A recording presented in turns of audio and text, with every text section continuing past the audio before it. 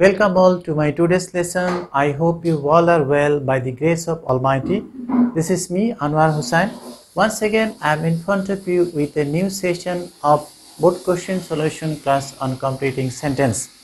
আজকে এই ক্লাসে আমি এসএসসি 2016 তে আসা দিনাজপুর বোর্ড এবং যশোর বোর্ড এর কোশ্চেনগুলি সমাধান করার চেষ্টা করব। আশা করি তোমরা ভিডিওর শেষ পর্যন্ত সঙ্গেই থাকবে। So no more delay, let's start the lesson. Dinajpur board 2016 এখানে দেখতে পাচ্ছ যে প্রথম যে কোশ্চেনটি, he asked me, সে আমাকে জিজ্ঞেস করলো where I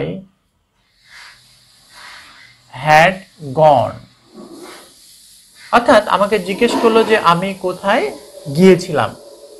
এবার পরের কোশ্চেনে আসি, how it can be done. এখানে তোমাদের প্রথমেই গ্যাপ দেওয়া রয়েছে, অর্থাৎ এই অংশে উত্তরটা লিখতে হবে how it can be done. এখানে আমরা লিখতে পারি he wants to know, he wants to know, সে জানতে চায় এটা কিভাবে করা যেতে পারে।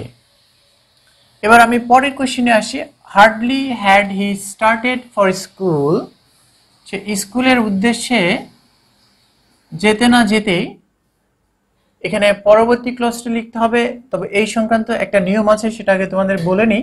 হার্ডলি হ্যাড যখন থাকে তখন যেটি করতে হয়, হার্ডলি হ্যাডের ক্ষেত্রে আমাদের এর পরের ক্লজের শুরুতে হোয়েন লিখতে হবে, এরপরে subject plus V2 plus extension, অর্থাৎ এই স্ট্রাকচার ফলো করে আমাদের পরবর্তী ক্লজটি লিখতে হবে এবং শুরুতে আমাদের হোয়েন এই কনজাংশনটি ব্যবহার করতে হবে। Hardly had he started for school when the class started,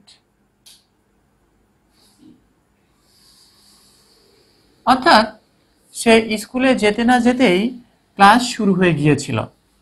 অর্থাৎ একটা কাজ শেষ হতে না হতে আরেকটা ক্লাস যখন শুরু হয়ে যায় তখন মূলত এই স্ট্রাকচারটি ব্যবহার করতে হয়। এবার আমি পরের কোশ্চেনে চলে আসি, হি টোল্ড মি দ্যাট, সে আমাকে বলল যে, সে আমাকে একটা কিছু বললো, সেটা যে কোনো কিছু হতে পারে। আমরা বলতে পারি যে knowledge is power, honesty is the best policy, হ্যাঁ, ইত্যাদি। আমরা এখানে লিখতে পারি honesty is the best policy,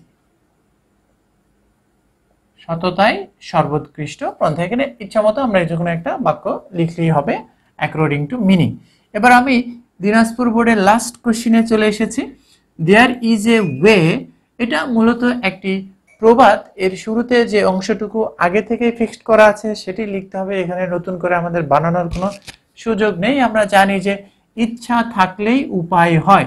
এর শুরুতে আমাদের লিখতে হবে where there is a will there is a way, অর্থাৎ ইচ্ছা থাকলেই উপায় হয়। আমরা যদি কোনো কাজ মন থেকে করতে চাই তাহলে কিন্তু আমরা সেটা করতে পারি।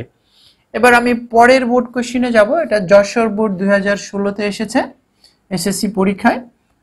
এই নাম্বারে রয়েছে an educational institution is a seat of learning, একটা শিক্ষা প্রতিষ্ঠান হচ্ছে একটা বিদ্যাপীঠ। সো তাই আমাদের কি করা উচিত, এর কিছু শৃঙ্খলা রয়েছে, নিয়ম রয়েছে, এগুলো মেনে চলা উচিত। So we should maintain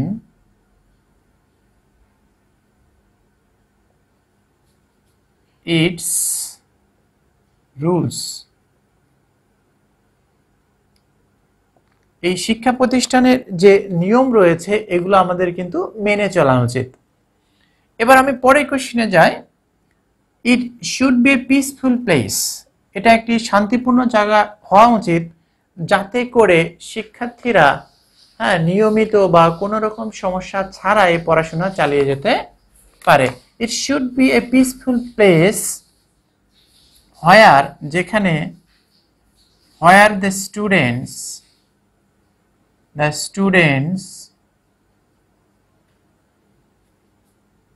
can learn peacefully, শান্তিপূর্ণভাবে যেখানে শিক্ষার্থীরা শিখতে পারে, এরকমই একটা জায়গা হওয়া উচিত একটা বিদ্যাপীঠ বা প্রতিষ্ঠান। এবার আমি পরেরটাই চলে আসি 3 number. But নাওয়াডেজ peaceful atmosphere is absent from educational institutions. বলছে বর্তমানে এখন এই শিক্ষা প্রতিষ্ঠান থেকে এই শান্তিপূর্ণ পরিবেশটা অনুপস্থিত, অর্থাৎ নেই। কারণ হচ্ছে কি, because the students are involved in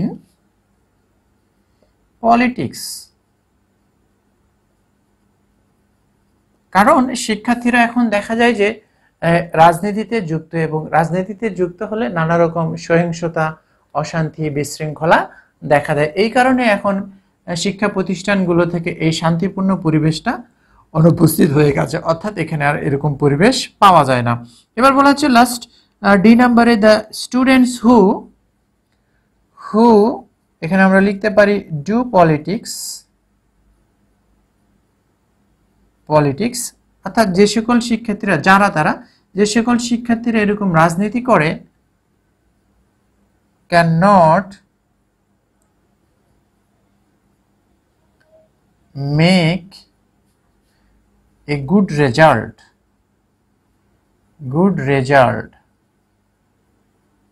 in the exam। তারা কিন্তু পরীক্ষায় একটা ভালো ফলাফল করতে পারে না এই রাজনীতি করার কারণে। সুতরাং এখান থেকে বিরত থাকা উচিত। এবার আমি লাস্ট কোশ্চেনে চলে এসেছি। এখানে বলা হচ্ছে যে the sooner it can B controlled. হ্যাঁ, যত তাড়াতাড়ি এটাকে নিয়ন্ত্রণ করা যাবে, অর্থাৎ শিক্ষা প্রতিষ্ঠান থেকে রাজনৈতিক অস্থিরতা যত তাড়াতাড়ি বন্ধ করা যাবে, ততই এটা শিক্ষার্থীদের জন্য কল্যাণ বয়ে আনবে, মঙ্গল বয়ে আনবে।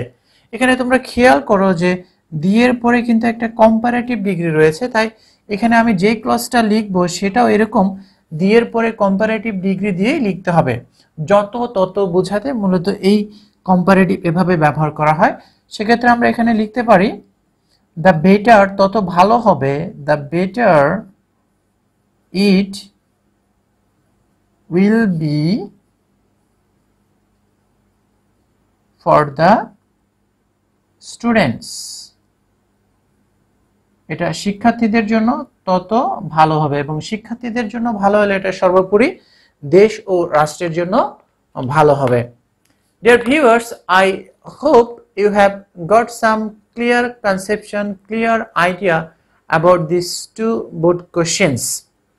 Thank you for spending your valuable time on this video.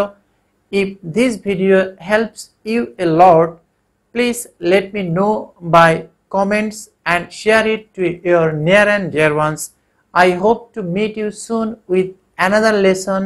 Till then, be good and be happy. Thank you all.